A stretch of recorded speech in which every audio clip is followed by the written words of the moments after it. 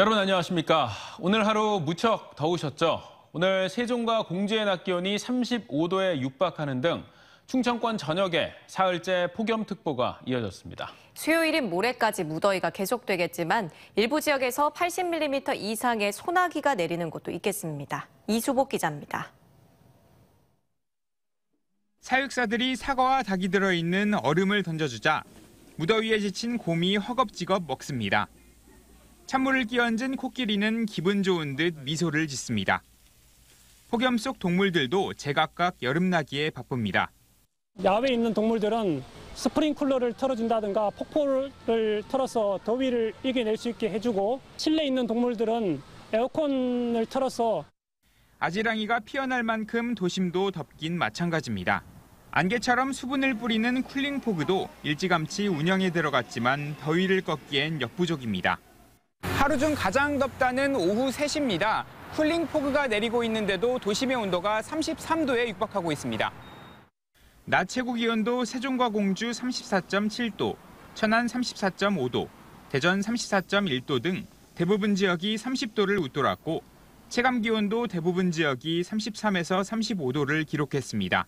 충청권 전역에 사흘째 폭염특보가 이어진 가운데 대전과 세종, 공주와 아산, 청양, 부여, 홍성 등 충남 5개 시군에 폭염경보가 내려졌습니다. 나머지 시군에는 폭염주의보가 발효 중입니다. 이 같은 더위 때문에 오늘 낮 12시 30분쯤엔 대전 유성구 탐립동의 한 공사 현장에서 일하던 50대 근로자가 병원으로 옮겨지기도 했습니다. 지난 주말에도 당진과 논산, 태안 등 충남에 4명의 온열 환자가 발생하는 등 폭염 피해가 이어지고 있어 건강관리에 각별한 주의가 필요합니다. 폭염은 열대야까지 동반하며 모레까지 계속되겠습니다. 낮 동안 강한 일사와 함께 태풍에서 공급되는 덥고 습한 공기가 더해져 당분간 체감온도가 35도 내외로 오르면서 매우 덥겠고, 더위와 함께 소나기 소식도 있습니다.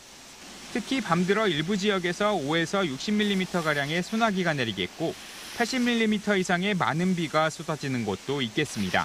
목요일쯤엔 정체전선의 영향으로 비가 내리면서 더위가 한풀 꺾일 전망입니다. TJB 이수복입니다.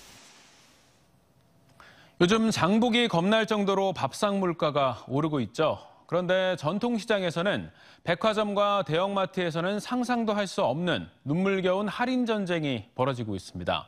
폭염의 장마, 전쟁으로 소비 심리가 극도로 위축돼 고객들의 발길이 줄면서 거의 떨이 수준으로 물건을 팔고 있습니다. 김진석 기자의 보도입니다. 어른 손만한 고등어 3마리가 5,000원, 다자란 꽁치 5마리도 5,000원, 오징어와 전복 같은 수산물도 할인에 또 할인을 하고 있습니다. 선박용 경유값 폭등으로 수산물이 귀하지만 무더위와 코로나19의 여파로 손님이 줄어든 전통시장은 수시로 떨이 판매가 벌어집니다. 얼음값이 지난해보다 한 자루에 20%나 올라 보관하면 할수록 손해이기 때문입니다. 보편적으로 얼음 들어가는 게 하루에 한 14자루, 5자루 들어가요. 그러니까 얼음값만 해도 엄청나요. 얼음을 안 치면 물건이 처지고 버려야 되니까. 각종 채소 가격도 폭등세를 보이고 있지만 더위에 물러지기 전에 오이 한 개에 200~300원, 감자 한 알에 100원에 파는 눈물의 세일이 이어지고 있습니다. 상인들은 하루 2~3시간 새우잠을 자며 더 싸고 품질 좋은 채소를 구하느라 힘겨운 하루하루를 보내고 있습니다. 거의 요즘에는 날씨가 이러기 때문에 물건이 안 좋아지기 때문에 원가치기도 못할 때가 많아요. 여기 도마동 시장이 하도 싼 거 쳤기 때문에. 대형마트 등에선 만원대가 넘어선 식용유에 8,000원대 가격표가 붙어 있습니다. 우크라이나 전쟁과 코로나19로 수입이 막히면서 품비를 빚는 식용유를 비롯해 밀가루, 중국산 등 외국산 곡물도 어렵게 구해 싸게 팔고 있습니다. 폭염과 장마, 우크라이나 전쟁으로 인한 물가 상승 등 대내외적인 악재 속에 상인들은 할인, 또 할인이라는 방식으로 어려움을 이겨나가고 있습니다. 시장을 청결하게 유지하기 위해 청소 인력을 배치하고 상인들의 경영 마인드를 높이기 위해 매니저까지 배치하면서 손님 잡기에 나섰고, 더 이상 할인이 어려운 상황에서 또 다른 할인 행사까지 준비하고 있습니다. 고객과 상인들이 즐길 수 있는 행사를 진행하려고 합니다. 그리고 별도로 소비 촉진 행사를 진행합니다. 백화점과 대형마트의 공세 속에 고객을 잡기 위한 전통시장의 뼈를 깎는 할인에 또 할인이라는 출혈 전쟁이 알려지면서 서서히 고객들의 발길도 늘고 있습니다. TJB 김진석입니다. 지난달 30일 서산의 한 원룸 냉장고에 60대 아버지의 시신을 유기한 혐의로 경찰에 붙잡힌 20대 아들이 아버지가 숨지기 전 학대한 사실이 드러났습니다. 경찰 수사 결과 아들은 1년 전 일자리를 잃어 생활고에 시달렸고 올해 초부터는 아버지의 치매 증세가 심해지자 한 달 넘게 음식을 주지 않는 등 학대를 저질러 왔으며 지난 4월 아버지가 숨지자 냉장고에 시신을 유기한 것으로 밝혀졌습니다. 경찰은 존속 학대 치사와 사체 유기 혐의로 아들을 구속했고 살인의 고의성이 있었는지 여부를 밝히는 데 수사력을 모으고 있습니다. 윤석열 정부 출범 이후 천안시는 부동산 조정 대상 지역 해제를 기대했지만 또다시 기대감이 물거품이 되고 말았습니다. 계속되는 인구 유출과 건설 경기 침체로 가뜩이나 지역 경제 전반에 온기가 돌지 않고 있는데요. 이번에 부동산 규제까지 풀리지 않으면서 산업단지 조성 등 기업 유치에도 적신호가 켜졌다는 반발이 커지고 있습니다. 김세범 기자입니다. 천안에 지난 1년 6개월간 적용된 부동산 적용 대상이 미친 악영향은 상당합니다.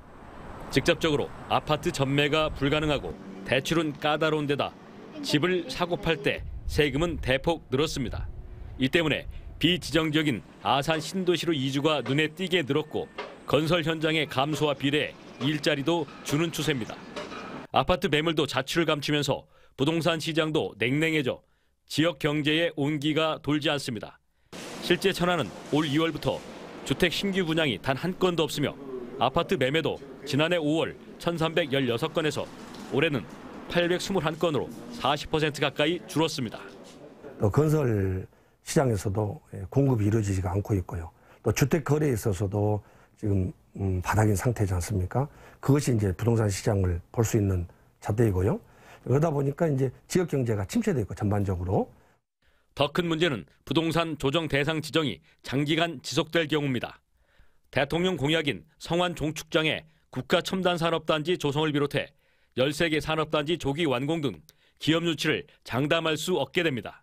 대규모 공단 조성은 인근 혹은 배후에 주택 공급이 필수인 프로젝트인데 정부 규제로 분양에 나설 건설사가 희박해져 전체적 사업 추진이 난관에 빠지게 되는 겁니다. 이를 의식해 지방선거 당시 도지사나 시장은 천안의 부동산 조정 대상 해제를 중심 공약으로 삼았고 정부 여당과 공조를 과시하며 해제를 자신의 이를 기대한 지역의 혼란만 가중시킨 셈이 됐습니다.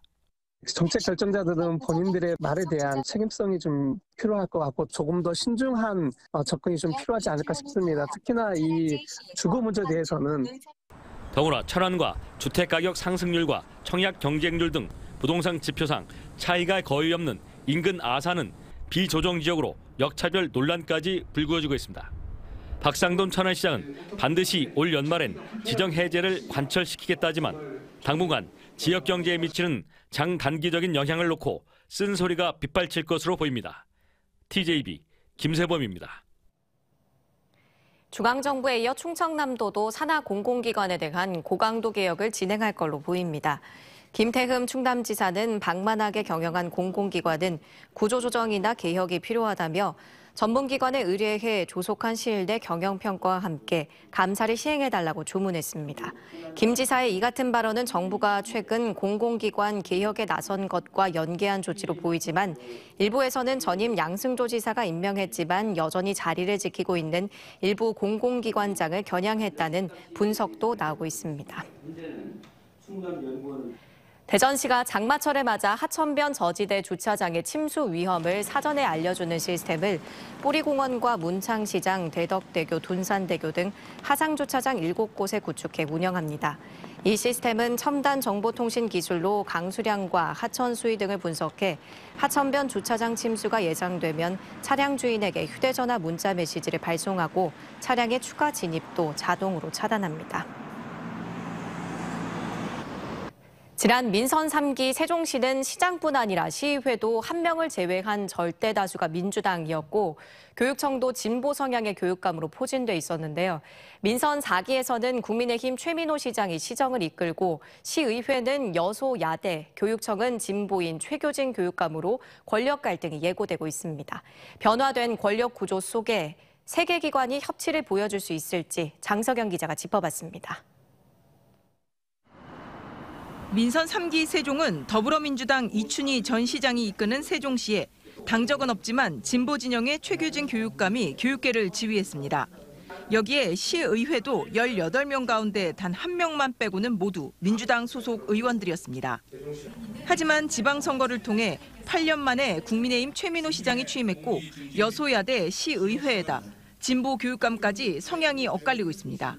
시와 시교육청은 각종 예산 지원과 다양한 정책 사업을 함께 펼쳐야 하는데 당장 시와 시교육청이 보수 진보 진영으로 엇갈리면서 이전만큼 협치가 가능할지 우려가 나옵니다. 더 복잡한 건 시의회입니다. 이번엔 국민의힘 7석에 민주당 13석으로 여소야대 구도가 형성된 가운데 개원식 전부터 우려했던 내부 파행이 시작됐습니다. 지난 1일 의장단 원구성 과정에서 양당 간 의견 불일치로 국민의힘이 임시회 도중 보이콧을 선언하는 등 팽팽한 기싸움이 시작된 겁니다. 세종시의회 개원식 당일에도 상임위원장 배분 등의 반발에 국민의힘 시의원 7명이 전원 불참하는 등 갈등 양상을 보였습니다. 시작부터 여야가 삐걱거리는 가운데 의원들 간 갈등 조정뿐 아니라 다수인 민주당이 국민의힘 최민호 시장의 시정에 더욱 날카로운 잣대를 들이댈 가능성이 높습니다. 중요한 것은 최민호 시장이 얼마나 또 협력하고 또 그분들의 양해를 또 구하는 노력을 하는지 이런 것이 좀 필요하겠습니다. 강력한 견제 구조로 바뀐 민선 4기의 세종. 세종 시민들은 불필요한 힘겨루기 대신 건설적인 비판과 주민을 위한 협치, 상생으로 발전하는 세종을 기대하고 있습니다. TJB 장석영입니다. 모건대가 교정 내에 중부권 최대 규모의 선교 조각공원을 조성하고 봉헌 예배와 제막식을 진행했습니다. 선교 조각공원은 대학교의 옆 8,700여 제곱미터의 축복의 동산터에 조성됐으며 예수님의 생애를 담은 조각상들과 클래식 음악 등 음향시설을 갖춘 산책로, 산철쭉, 명산혼 등 꽃 7,200주도 심었습니다. 권혁대 총장은 축복의 동산이 조성되면서 감리교 역사관과 함께 최고의 종교 클러스터가 완성됐다며 일상에 지친 시민들에게 청량제 같은 역할을 할 것이라고 밝혔습니다. 설동호 대전교육감이 기자회견을 갖고 대전 진로융합교육원과 공립대안학교 설립 등 핵심 공약을 임기 내 반드시 완료하겠다고 밝혔습니다. 진로융합교육원은 초등학교부터 진로 이력을 관리하는 기관으로 2025년 10월 개원을 목표로 하고 있으며 공립대안학교는 하반기 학교 설립 TF 운영을 시작해 임기 내 문을 열 수 있도록 역량을 집중키로 했습니다. 또 서남부 지역의 특수학교인 대전 가원학교의 수용 인원이 포화 상태여서 특수학교 추가 설립도 추진할 계획입니다. 다음 달 초 발사 예정인 우리나라의 첫 달 궤도선 다누리의 해외 이송 작업이 내일부터 시작됩니다. 다누리는 내일 오전 특수 컨테이너에 실려 항공우주연구원을 출발해 인천공항으로 이송된 뒤 오는 7일 발사장인 미국 플로리다주 케이프 캐너베럴 우주군기지로 옮겨집니다. 이후 한 달 동안 상태 점검과 연료 주입, 발사체 결합 등 발사 준비 과정을 거쳐 다음 달 3일 오전 8시 24분 스페이스X사의 펠콘 9 발사체로 발사될 예정입니다. 발사 후에는 약 4, 5개월간 항행한 뒤 오는 12월 달 궤도에 안착해 이후 2023년 1년간 달 상공 100km를 돌면서 달 착륙 후보지 탐색 등 연구 임무를 수행합니다. 인공지능 AI로 유해가스를 인식하는 전자코가 개발됐습니다. 카이스트 전기 및 전자공학부 최한규 교수팀과 기계공학과 박인규 교수팀은 인간의 후각 뉴런처럼 가스 성분을 인식해 신호를 출력할 수 있는 반도체를 개발해 전자코에 탑재하는 데 성공했습니다. 연구팀은 전자코 반도체 모듈은 환경과 음식 모니터링, 헬스케어 등에 유용하게 사용될 것이라며 인센서 컴퓨팅 시대를 앞당길 수 있을 것으로 기대하고 있습니다. 오늘 새벽 1시 36분쯤 아산시 풍기동에 있는 아파트 6층에서 불이 나 30분 만에 꺼졌습니다. 이 화재로 주민 5명이 연기를 마셔 병원으로 이송됐고 아파트 내부 20제곱미터가 불에 타는 등 5,600여만 원 상당의 재산 피해가 발생했습니다.